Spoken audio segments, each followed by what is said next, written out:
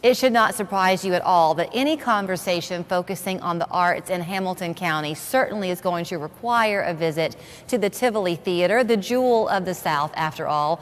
Nick Wilkinson has kindly welcomed us in. He is the executive director of the Tivoli Foundation. Great to see you. Well, great to see you, and thanks for coming down today. I think it's kind of exciting that we have gotten only as far as the lobby here this morning to have our conversation, because there's a lot of work going on that you're prepared for to have this jewel get restored. Well, that's right, Julie, and we've actually put up some renderings and some pictures of the exciting work to come here at the Tivoli Theater.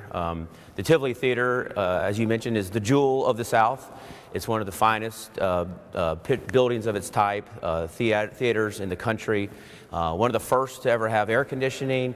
It opened as a picture palace, actually 100 years ago this year. So it's a beautiful place. It's a community treasure. We all love it. It's where we come to see our graduations and movies and now Broadway and all sorts of great things over the last several years. But it's 100 years old, like I said, so it definitely needs some tender love and care. We've put a lot of time and effort and resources into this building since we took over in 2015, but it's now time for a full restoration. So we've been hard at work on some planning for that and are excited about its next 100 years to come. The timing of our conversation could not be more appropriate, because you are on the heels of your annual gala coming up in early January. It's your fundraiser to keep efforts like this ongoing. That's right. We have an annual gala every year. This will be the second one. We actually obviously didn't get to have it last year with COVID, but we're very excited. We have one of the world's great talents in Jason Isbell in the 400 unit coming to headline the show. We're going to have a fun VIP reception beforehand. So it's a great way for us to open the doors for the community, a lot of our supporters, a lot of our patrons, and really celebrate this beautiful building and a lot of the work that we do, obviously to restore these buildings, but also just to program them and operate and keep the lights on, all that kind of stuff. Okay, let's talk a little bit about the feel when you come in.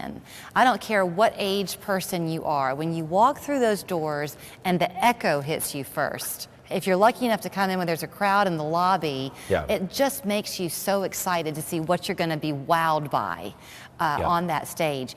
You are looking, though, right now ahead. You mentioned the last 100 years, the next 100. You're going to really incorporate the kids out there into your mission moving forward. That's right, and you couldn't have said it better, Julie. I think one of the things that I love the most, in addition to when you just have the excitement of an opening night or a great concert that's coming and everybody's here to have a great time, what really I think though inspires us at the foundation and our team, and we have an incredible team, I should mention, is when we see the kiddos come in, and a lot of kids who maybe for the first time see a place like this or get to experience the performing arts at this high level. That's what really inspires us, I think, to keep doing what we do. We are also going to do more to make sure that those kids have an opportunity to be a part of the performing arts in our community. Part of our major restoration and project is to incorporate an education program into our future, really building off the excellence that we bring to bear with Broadway and other types of touring shows. So we were very excited about the Tivoli and the Tivoli Foundation being a community resource, not just for the patrons and the shows who come, which are obviously the backbone of what we do, but also for our schools and the kids who don't necessarily have an opportunity to experience the performing arts at this high level every day. I know you're wanting to talk about the positive, and that's a good thing. I'm going to add something that could be an obstacle, but you overcame it. $10 million already that you have found to invest into this project. Sure. We were at risk of losing this treasure, were we not? Absolutely. I mean, these are 100-year-old buildings, so they take a lot of time and energy and a lot of effort to keep up every day, to make them hospitable to touring shows that are used to some of the best buildings in the country. That's who's coming now to the Tivoli and to the Memorial Auditorium and to the Walker Theater. So it's really incumbent upon us to make sure that we're doing everything we can to make these places as high a quality as possible. The foundation has thankfully been very successful since we took over in 2015. We've increased the number of shows to about 900% on an annual basis. So when we do that, we actually are able to take those resources and then reinvest them into the buildings and try to preserve them as best we can. In the typical Chattanooga way, I've been here for 23 years. I'm not a native, but I feel like one now. Whenever there is a project to be tackled, we seem to find the best. You want the best to see the goal achieved. That's what you've done here with finding these historic architectural firms who can preserve our building. That's right. You know, buildings like these really need people who understand exactly how to restore them in a way that preserves the historic fabric of the spaces, but at the same time can add to the quality of them, add to the patron amenities and experience in a way that both builds off the beautiful history, but at the same time creates another life to come. Okay, let's talk about that, because behind me, this wall is going to change a bit. You're adding and expanding. There's a 4-story building next to the Tivoli that's going to become a performing arts center. That's right. Our plan is to basically cut a hole through the wall for the first 3 floors of the buildings and to connect those buildings so that you can have better bathrooms, you can have better bars, you can have ADA accessibility, elevators, those sorts of things. You know, in addition, we'll have ground floor retail and patron amenities like a patron bar and a donor lounge. And we'll also have an education program, like I mentioned, another venue. But yes, we thankfully are able to connect to these 2 buildings. It's another historic building. It's called the Trigg Howard Building. A lot of people remember it as the Fowler Brothers building back in the day. Thankfully, we're able to acquire it in 2019. So our plan is to really tie these 2 spaces together, do it in a way that preserves the historic fabric and nature of the buildings, but do it in a way that also really gives this building another 100 years of life to come.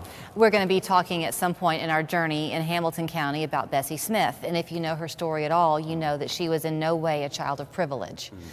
Part of your mission here, and yet look at the mark she made on music in our country. Legendary. One of the efforts here with the Tivoli Foundation is to keep this idea of education enriched for those who are not as fortunate in our area. And so a good part of the outreach will go to the underprivileged children, right? That's right. You know, one of our goals with our education program and as part of the nonprofit mission of the Tivoli Foundation is to make the arts accessible to our entire community.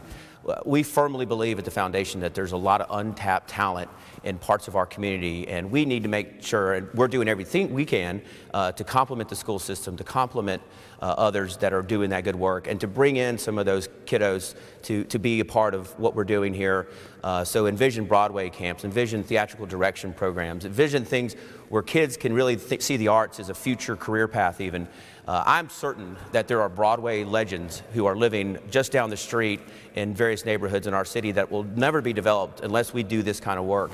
So we're committed to all program participants in our education program being from low income or minority backgrounds, and we think that's the right thing to do for our city. Okay, the projected timeline, March of 2020, the fall of 2023 That's right. is when things will be finally completed. In the meantime, right now, there are still events going on, but you mentioned Broadway. Yes. So when we finish things here, you'll have a chance to hear another performance as we go into our commercial break, but we're going to head over to the Memorial Auditorium.